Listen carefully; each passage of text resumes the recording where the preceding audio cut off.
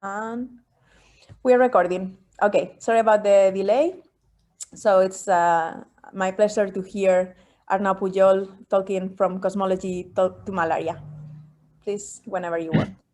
Okay, thank you. Hi, everyone.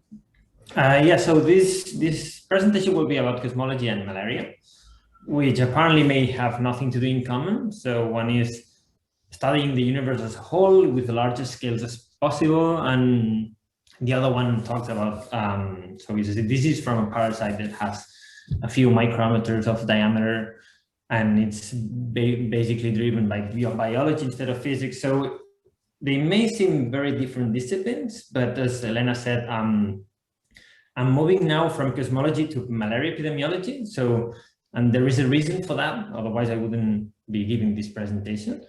So I hope I can convince you that, yeah, there are many things that can be common in many different, very different disciplines. I'll give a very basic introduction to cosmology, very basic. And I will describe a few tools that we use in cosmology to understand the evolution of the universe. And then I'll switch to malaria. I will give a very basic introduction to malaria and the main challenges on malaria for malaria elimination. And then I'll get to some of the tools that we can use or we will use for malaria epidemiology. So most of you know that cosmology is the study of the universe as a whole to try to understand the origin and the evolution and the physics behind it. And the standard model of cosmology nowadays assumes that the universe started with a Big Bang and initially inflation that expanded the universe. And then after that, the universe has been evolving and expanding due to the inertia of the initial expansion. And then also due to the interaction between the laws of physics, the gravity from general relativity, and the content of the universe. We know that like around 30% of the energy density of the universe is matter, most of it dark matter, and the 70% of the energy accounts for dark energy, which is the main source of the main cause for the accelerated expansion we see nowadays. Well, I think we have an idea of what is the split between the two. But how will it be set up in terms of internal financing? Sorry? Okay. So we can study the universe and its evolution by observing the sky and observing the galaxies, and we can use galaxy surveys to study how the structures of the universe form. Here in this map, you have each point represents a galaxy from the Sloan Digital Sky Survey, and the color basically represents the distance from us. Okay, so you can see these filamentary structures that we call the cosmic web and that the universe forms. And since light takes time to travel from the galaxies to us, this is interesting because it can help us to see the evolution of the universe. So the closest galaxies to us are showing us how the universe was like in a recent time. But when we go to more distant galaxies, we are looking at how the universe was in a more primitive stage of the universe. So actually you can see these structures that are clustered and stronger, and here you can see some kind of smooth distributions. So basically, by comparing the different stages of the universe from these different distances, you can understand and quantify the evolution of the universe. But for that, you need to compare the different stages by doing statistics on these structures to try to quantify these structures and their changes in time. So there are many ways to quantify the structures of the universe. I will just describe two very basic ones. Okay, I will describe cluster counts and galaxy clustering with two-point correlation functions. There are many other ways to correlate different signals of the universe to try to quantify these structures. So the first one is cluster count. So basically, one thing we can do is to measure the number density of galaxy clusters of a given size. So here in this spot, for example, we have the number of clusters of a given mass that we find in different time periods. So this is the curve that we see at present. So you can see that these lines are decreasing, meaning that the more massive the clusters, the less frequent they are. And we can see that, so this is the present, and these lines go to the past. So we can see that in time, in the universe, structures kept growing and clusters become more and more massive. So by counting these clusters and comparing it in different times, looking at the shapes of these curves, we can understand and model the universe, its physics, its content, etc. But for that, we need an algorithm to define clusters, first of all. So we have observations of galaxy clusters or galaxy surveys. We have to identify the sources, and we need some algorithms to define what is a cluster and what it's not. I'll give you just a simple example of an algorithm called the friends of friends. In this algorithm, given a distribution of objects, we can identify groups by starting from one object, for example, and looking around the object at a given characteristic distance, a linking length, that we call. And then if we find some neighbor closer to that distance, we call it a friend.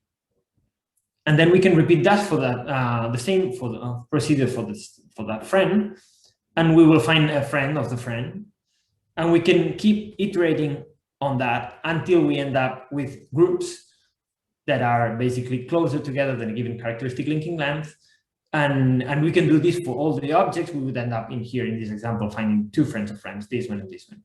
So this is an algorithm that helps you find galaxy groups, galaxy clusters. Another way to quantify the clustering of galaxies in the universe is using the two-point correlation function. This aims to count the number of pairs of objects in a given distribution that are separated a given distance. For example, this given distance, you can count how many pairs we have in this distribution. We can find 1, 2, 4 pairs that are separated at this distance. And we can that we will represent it by this number of pairs. And then we can normalize this by the number of pairs that we would find in a random distribution, so that this, at the end, this correlation function is giving you positive numbers when you have more pairs than expected from a random distribution, negative if you have fewer. Why random distributions to normalize? So we're assuming that the universe is homogeneous and isotropic at large scales. So by using random distributions, we are comparing the number of pairs that we are finding compared to what we would find in an homogeneous distribution. Let me just show you a toy example with the given distribution. Here you can see kind of like two main clusters that are separated a distance of 40 units of distance. And you can see that the largest cluster has a size of 20. And this is the two-point correlation that define. So this is as a function of the distance, so calculating the number of pairs for different distances. You can see that there is a peak here, a maxima at around 40 units of distance for the two-point correlation function. This is telling you that there are many pairs that are separated between them around 40 compared to the homogeneous distribution. And the fact that you have high values under 20, it's telling you that the structures are usually smaller than 20. So basically the shape of the two-point correlation function is telling you about the spatial patterns that you have in the distribution of galaxies. So you can do this for real galaxies, and then you can measure the two-point correlation functions for different galaxies, different types of galaxies, different times in the universe. And with that, you can understand the spatial patterns that you find and constrain the cosmological model. Here we have an example for the DS collaboration. These are two-point correlation functions measured in 5 different redshift beams, so different times in the evolution of the universe. And these measurements, together with our other observables combined, help us to constrain the most fundamental parameters of the universe. Here I'm constraining to S8 and omega matter. It's hard to see here, but and then we can compare it with Planck. It's a completely independent method using the cosmic background as an observation for constraining cosmology. So these are two examples of tools that we can do to make statistics and analyze and understand the evolution of the structures of the universe. Let me go back to this toy example that I've given before, only that it's not really a toy. So these are not random or abstract objects. This is a population in southern Mozambique, in a region of southern Mozambique. So this is people, human beings. And this function that you can see here is telling you about the spatial patterns of these populations. It's telling you that people is organized in cities, of some communities of some given sizes. And it's telling you that the human population is not randomly distributed. It's not homogeneous. It has some clustering, some spatial patterns. Let me now divide this population into two, or go deeper into the details of this population by showing the red dots here. These red dots are people that are infected with malaria. And this correlation function now is giving you the number of pairs of positive malaria people infected with malaria. And now it's normalized by the number of pairs of the global population of the red points. I'm not putting a random distribution because humans are not randomly distributed. They are distributed as these green points. So basically this two-point correlation function that you see here is telling you about the spatial patterns of malaria transmission. It's giving you positive numbers. If it would give you 0 if malaria is randomly infecting random people. It's giving you positive or negative values if it's focalized on some spatial patterns. So you can see here that by using exactly the same tools that we've been using in cosmology, we can understand and quantify malaria transmission and spatial patterns of malaria transmission. Also, you can see by eye that it would be interesting to explore potential hotspots of transmission. We could identify as clusters of transmission in cosmology. So this kind of spatial analysis on trying to understand how malaria is distributed in populations have a strong parallelism on trying to understand how galaxies are distributed in terms of the statistical tools that you can do. This is not interesting per se, but it's a huge potential. So it's a multidisciplinary approaches trying to import different tools from one discipline for application for another one is something that is increasing in interest. And actually this gave me the opportunity to apply for a Mercury grant to apply cosmological tools for better characterizing malaria epidemiology. I got this grant and that's why I'm moving to ISGlobal now. So before talking about the project I will work on, let me give you first a brief introduction to malaria, because you may not be experts on the field. I'm not actually. But so basically malaria is an infectious disease caused by a single cell parasite called Plasmodium. There are several species of Plasmodium. So here in this plot, in this picture, you can see red blood cells from a human being. And these blue cells are the parasite, the malaria parasite. And this disease is spread by infected female mosquitoes of the family Anopheles. So basically, we need a mosquito bite from an infected mosquito to get the disease. The parasite requires a complex cycle between humans and mosquitoes to survive and reproduce. So basically, the parasite needs to go from the mosquito to human and the human to mosquito again to just keep surviving. Okay, so briefly speaking, the main reproduction of the parasite comes inside the mosquito, then through mosquito bites, it gets into humans, then it gets to the liver, then it reproduces in the base and destroys red blood cells, do many things in the human body, and end up having a new form of cells that when a mosquito bites the human again, they can get inside the mosquito and reproduce again.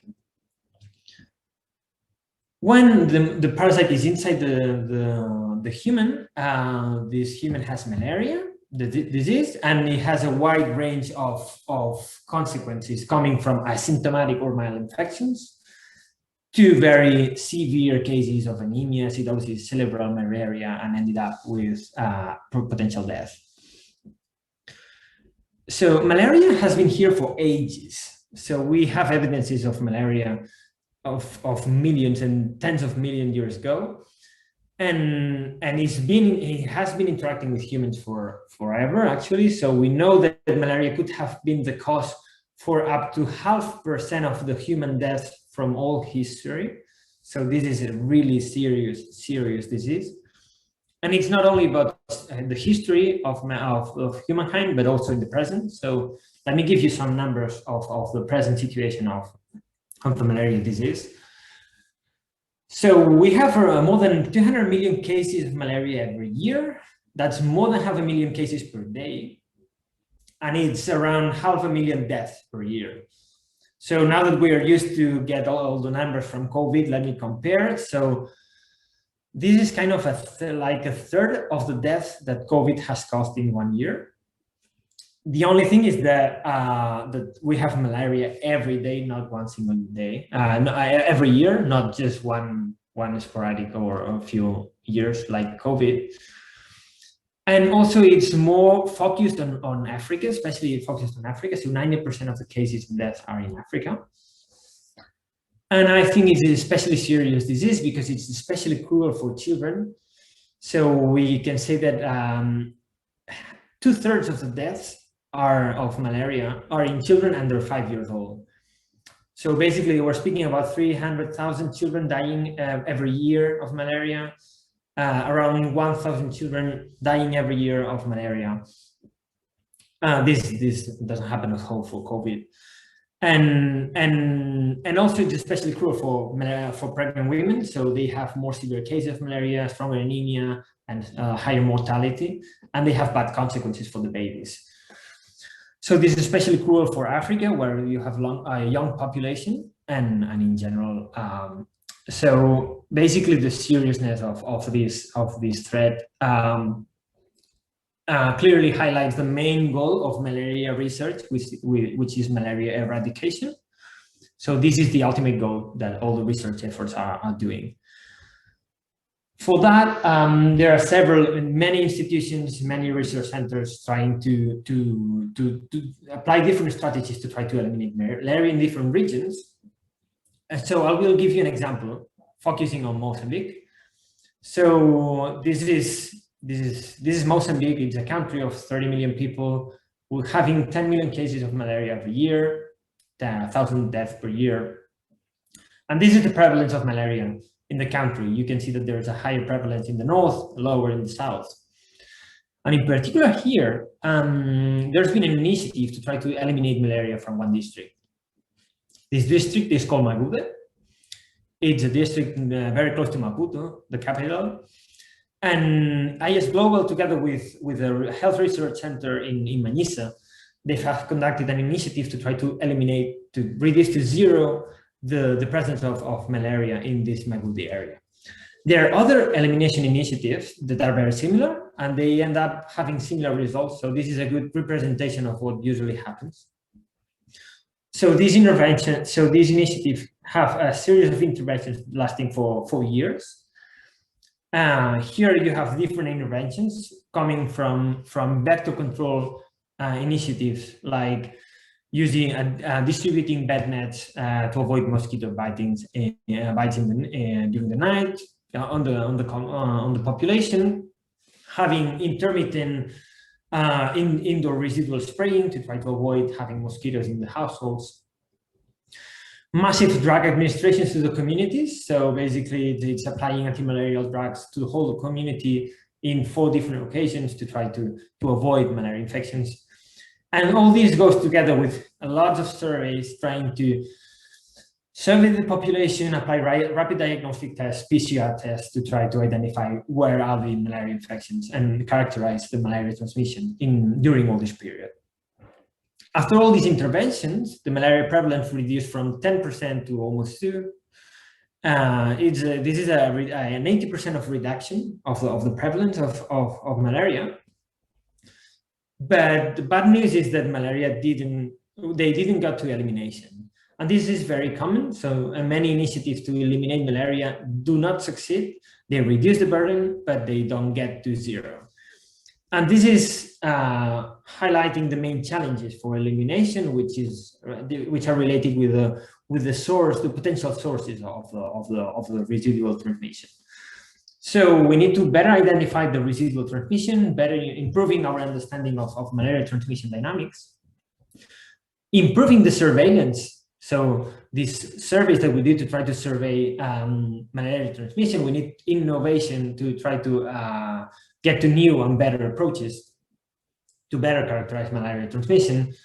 And we need to identify importation. So we need to know whether these remaining infections are coming from outside, from other regions with higher burden, or they are from local infections.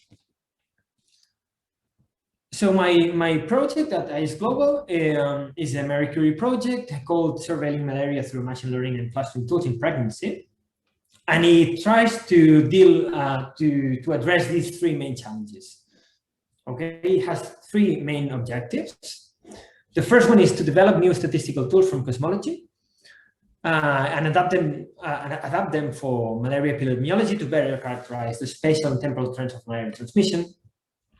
The second objective is to assess the potential of using data from pregnant women to improve the malaria surveillance strategies.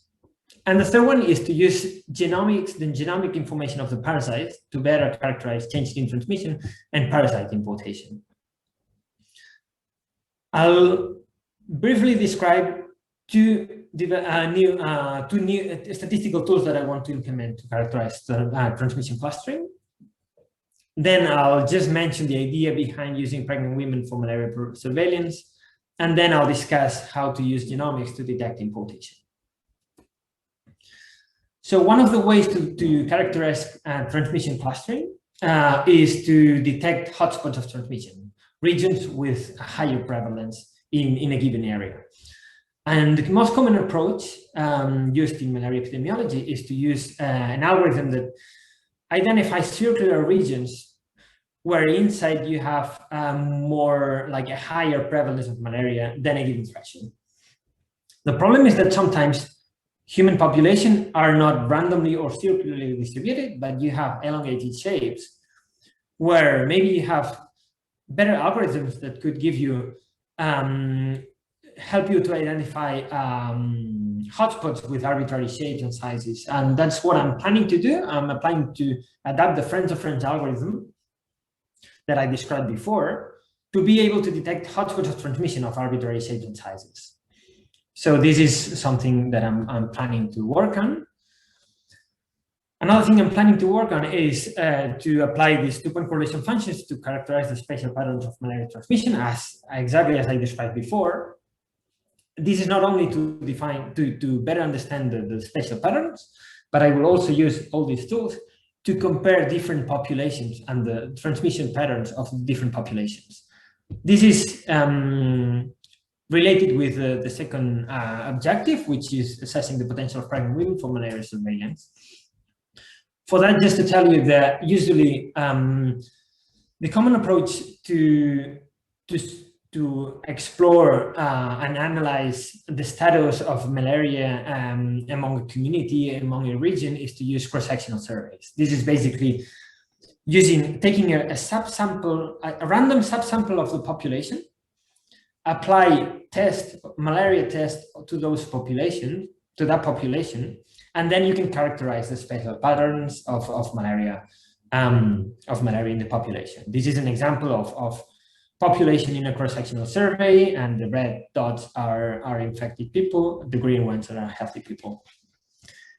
The problem of that is that it may be easy for regions like Barcelona, where you have people that live like in a dense region, good communications and everything. But when you go to rural dispersed areas, like such as Mozambique, for example, this region in Mozambique, so the logistics and the cost for these cross-sectional surveys become very expensive, because you need some people to get some jeep from the center, city center, and maybe they have to drive for like 100 kilometers in a bad road to end up in a household where no one is there. So the logistics is very complicated, and the efforts are huge for getting the small data.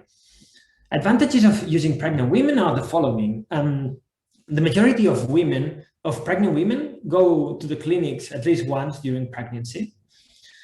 And then we can use this to, and then in that visit, we always take blood samples for different analyses. So it's sort of straightforward and cheap and easy logistically to just apply a malaria test to those women. Since they come to the clinic for other reasons than malaria, we also detect asymptomatic infections. And all this makes it a cheaper approach to survey malaria in a community. But there are like fundamental questions that need to be addressed. One is how good are pregnant women representing the global population, and do they show the same patterns of malaria transmission than the global population? So this is something I'm planning to address with these tools to identify hotspots and apply and measure the 2-point correlation function, the clustering of transmission of the different populations. And I want to compare cross-sectional surveys with pregnant women and to see whether they have the same patterns, they have some biases between them, and if they have these biases, why are they are, and if we can model them, and so. Finally, the last objective is to use genomic information to detect importation. So we know the DNA of living live beings is kind of a chain of different base pairs of molecules that we call A, T, C, and G. These are molecules that pair together, ending up with a chain of characters of bases that encode the whole information of this being. And by eye, so here I just show an example of a very, very tiny fraction of a sample from a Plasmodium falciparum genome, color coding the bases as here. So it may seem some kind of encrypted message here. It can be complicated. So this is just a very tiny fraction. So the bases, so the Plasmodium falciparum genome has 23 million bases like those. So it may seem something complicated and non-human language. Actually, so we understand things about the genome. We know that different fragments of the genome encode the message for building different proteins, and these proteins are the building blocks for for different living beings. Also, the genome of the parasite is giving you the identity of that parasite. Each parasite has a unique genome, and for that you can have all this information have a lot of potential applications for malaria epidemiology. It helps you to better understand how the transmission and the infections are happening in the community. It helps you to identify mutations that are associated with drug resistance, anti-malarial drug resistance, etc. And one of the potential applications is trying to detect importation.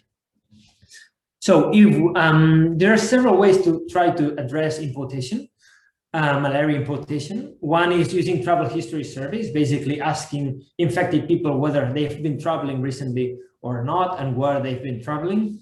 So this is an interesting information, but it's not really reliable because they may have traveled somewhere, but they might not have been infected there. They may not remember exactly where they've been.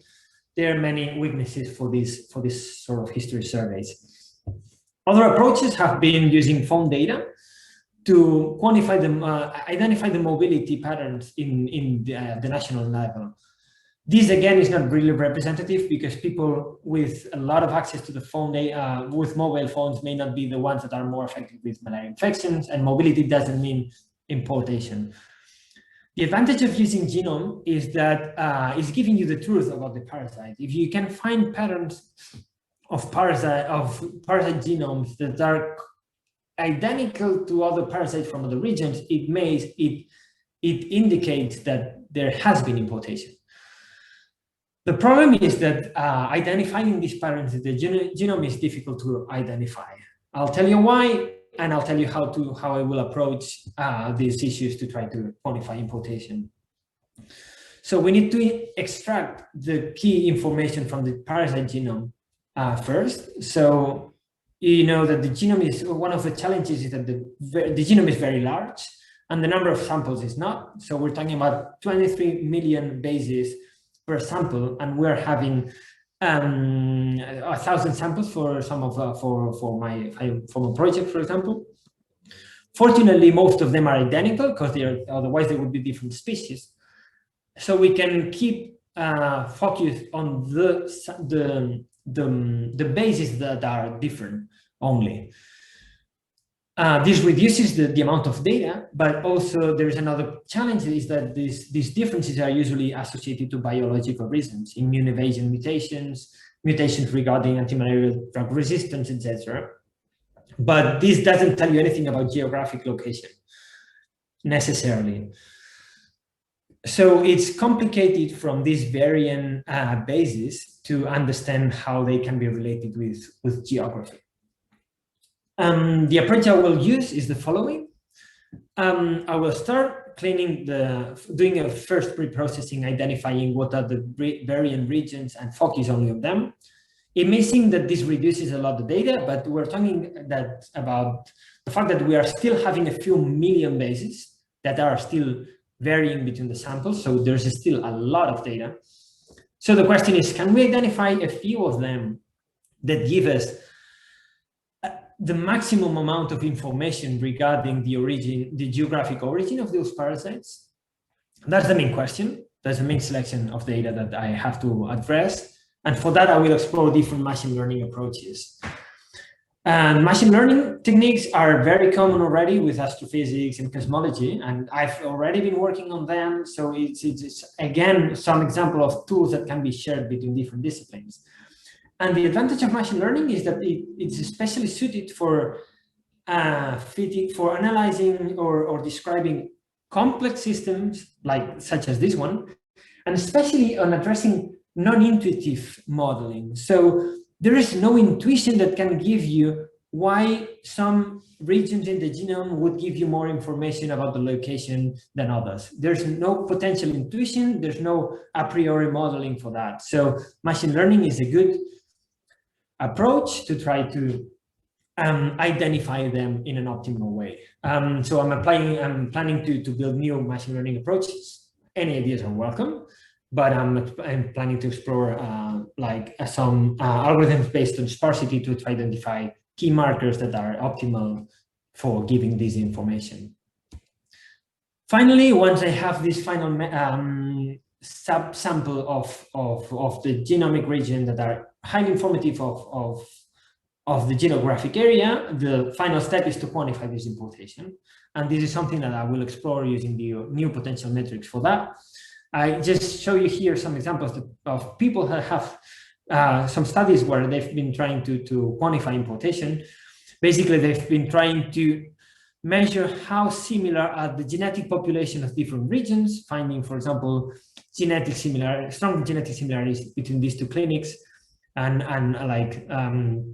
weaker similarities between more distant regions, suggesting that imputation may be more frequent here than here.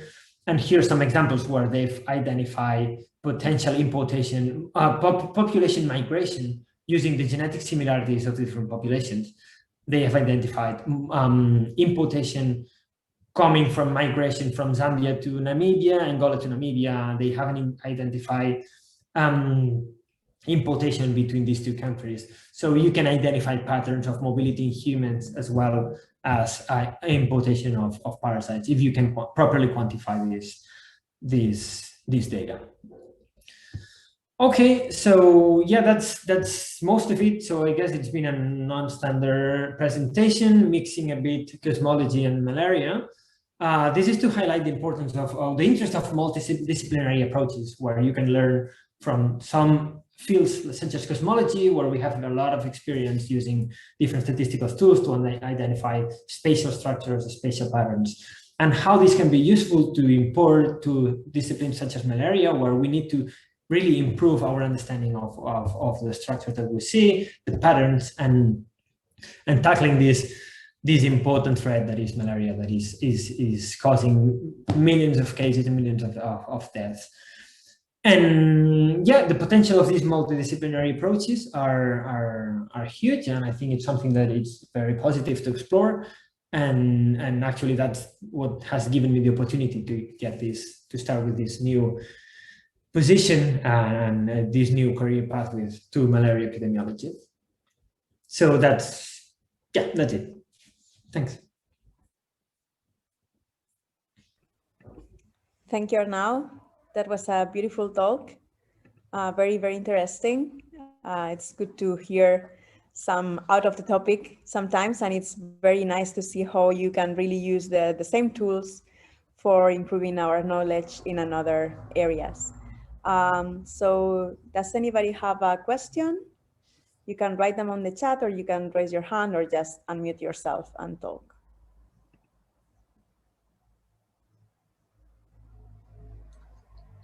Hi, Arnau. Can I make you a question? Sure, yeah. Very nice talk. So my question is, have you already used, or what is your feeling about the tools, the tools they have to do this kind of analysis, but using data from the Earth, let's say? So I'm thinking on what kind of masks do you use when you estimate the correlation function, or yeah, especially, I mean, because I always thought that I think they have even more advanced tools that we have in cosmology. Is this feeling correct, or? So your question is about the tools that they already have in this kind of like a spatial analysis, right? Yes. So yeah, because whenever you want to do this kind of correlation functions, you also need a mask, right? Well, it depends on the purpose of what you're doing, right? So here, well, interesting thing is that for every problem you have different selection effects, different masks, different aspects, right? But sometimes it really depends on the application that you have. For example, in my case, so I can have a selection of a population. So for the moment, I'm starting to explore all these tools, right? So I will see the potential interest of that. But for example, the first thing I wanted to explore is malaria infecting random people with respect to the human distribution that you already have? In that case, you wouldn't need any mask because you are comparing like people within the same population, let's say. I don't know if you know what I mean. In that case, for this particular analysis, although it's true that, for example, there's a lot of potential on this sort of techniques, because many things that I also would like to explore, and it's of potential interest, is to correlate malaria prevalence with other environmental factors like climatic factors, humidity, temperature, urban area versus rural area, this kind of stuff. And there is where you have data from the Earth, satellite data sometimes. And then you will have like a lot of more details to address. The interesting thing about this sort of disciplines is that it is already multidisciplinary per se. So, you need to put people to work together between people who knows about immunity and biology, people who knows about how to process data from the Earth and satellite images, and so people who knows about statistics, people who knows about genomics. And so it's really a team of people that with completely different skills, and you need to combine them a lot because you cannot be expert on everything. So I'm not expert on how to use climatic data or environmental data or like data from the surface of the Earth to tackle these kind of issues, but maybe I'm stronger in terms of statistical analysis. I have no idea about immunity and about why pregnant women are like the biological factors affecting differently pregnant women with respect to the rest of the population, etc. So you really need like to combine many expertises at the same time to address a single problem. I think this is very interesting. Thank you. I would suggest to the person asking questions to please switch on their video if they're not naked, so Arnau can see their reactions and communication is better. Okay. Any other Sorry, questions? Arnau. Yeah, you're right, Elena. Okay. More questions? Yes, can I? It's Daniele. Hi, Arnau. Very nice, very interesting.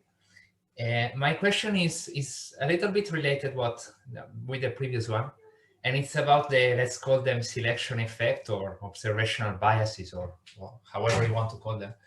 So how important are, if you know, the fact that in particular the access to protection measures, that could be simply mosquito nets or whatever, and the access to drugs, access to the health system, how this can affect the results, no? or the analysis, the collection of data themselves, because you could have areas where people on average can afford more some protection measurements or not, no? Or other selection like this.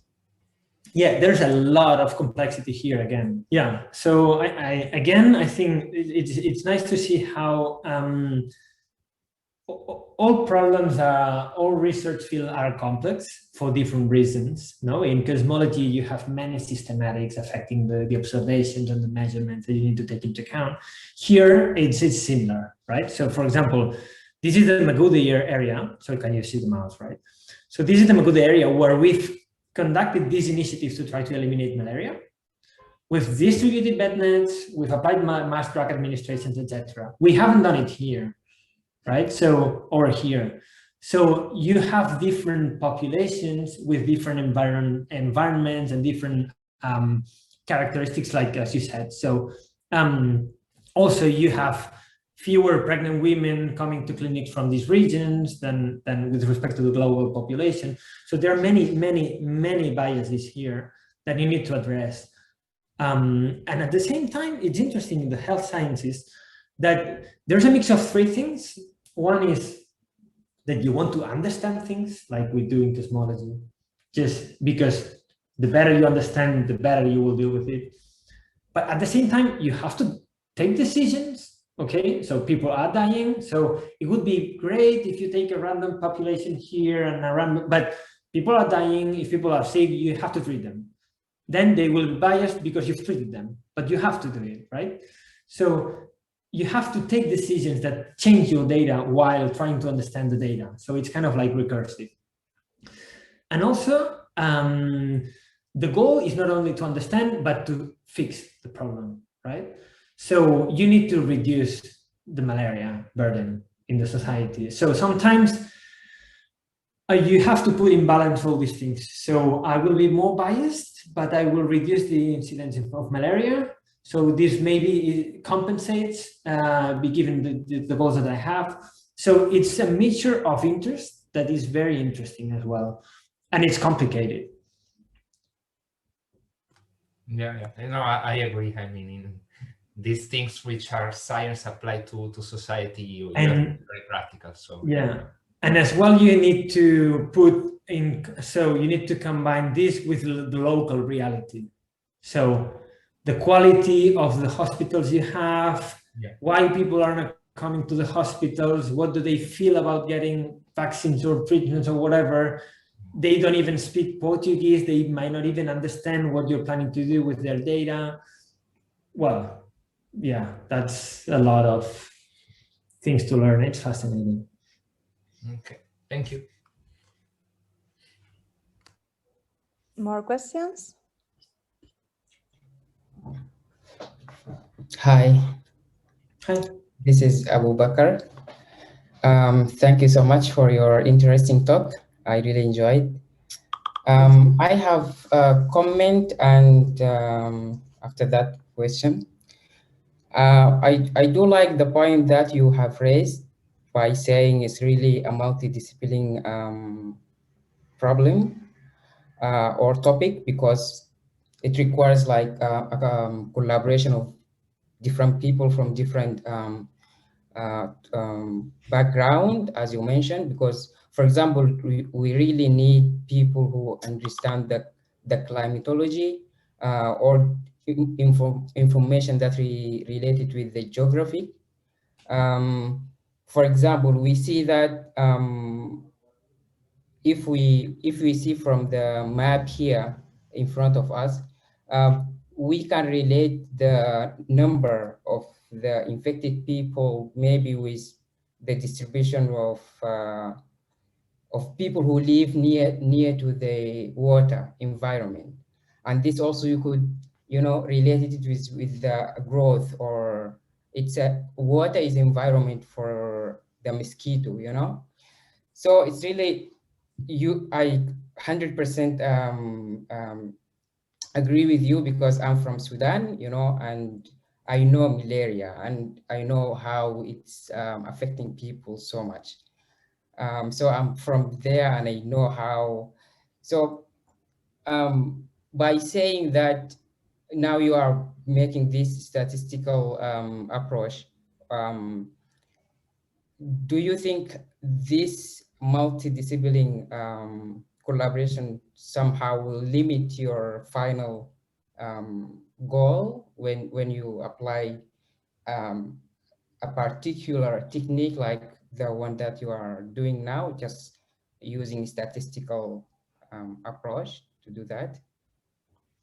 So you mean how much this will really address the challenges we have, you mean? Exactly. Yeah. I think there are many things that need to improve. First, the more you improve it, the better. So we may not reach elimination, but if you reduce a lot, the malaria burden is already very positive. And I think, so maybe not all the techniques will work and will make a substantial improvement, but there's definitely a huge potential on applying these new tools to better identify the sources of transmission, the potential sources to target for eliminating malaria. So we need to better constrain, better understand, all these environmental factors like water, all these systematic effects like differences between pregnant women or general population children. So I think the more information we are able to address and include in our analysis, the better we will understand. And I think this is something that is especially exploding in genomics. So we don't have a lot of genomic data on malaria. To really like go to these targets like identifying importation. So we've been using genomics for developing vaccines, which there's a lot of work to do as well, and a lot of improvement to identify different mutations. But we need to include in more and more ways to explore this to attack the disease from everywhere we can. I think we're entering into an era where we have more and more data and more diverse sources of information that will have a huge potential for sure. Okay. Thanks. More questions? Somebody else?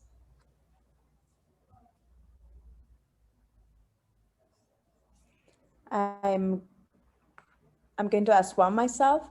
Do you think is there any of these tools which are already being used for COVID eradication? And if not, which one do you think would be more useful? So I think for COVID, there are many things that are different. First, we have so much data. We are able to detect importation. We're not only able to detect importation in COVID, we know exactly, we are able to track everything from all the COVID variants that have been spreading around the world. This is because we've sequenced so many samples. So this is like getting more data is giving you more information. When you have so much data, you have other approaches that can work. So basically, you can identify whether these two samples are family related. For example, if you stop sequencing data for COVID for 2 years, and then 2 years later we sequence 2 guys, you will see if they are more or less similar, but you don't know if they're family related. So different data require different tools. And in that sense, I think in COVID, the effort has been done is huge. And also it's a virus, it's a completely different disease. So yeah, and it's, yeah, it's different. It hasn't mutated as much as malaria. It hasn't mutated because what we've been doing to malaria. So COVID has been mutating randomly for the moment. In malaria, you can see that the mutations are well adapted to what we've been trying to do with them already. So it's very complicated, it's very different. But I'm sure that there are many things that may have in common in terms of tools and so. Okay, thank you. Any final question? No? Okay. So if nobody wants to add anything, we will thank Arnau. Thanks for this very interesting talk again. Thanks. And wish you good luck, and let's hope that malaria is eradicated as soon as possible. Let's hope that, yeah. Thanks. Thank you.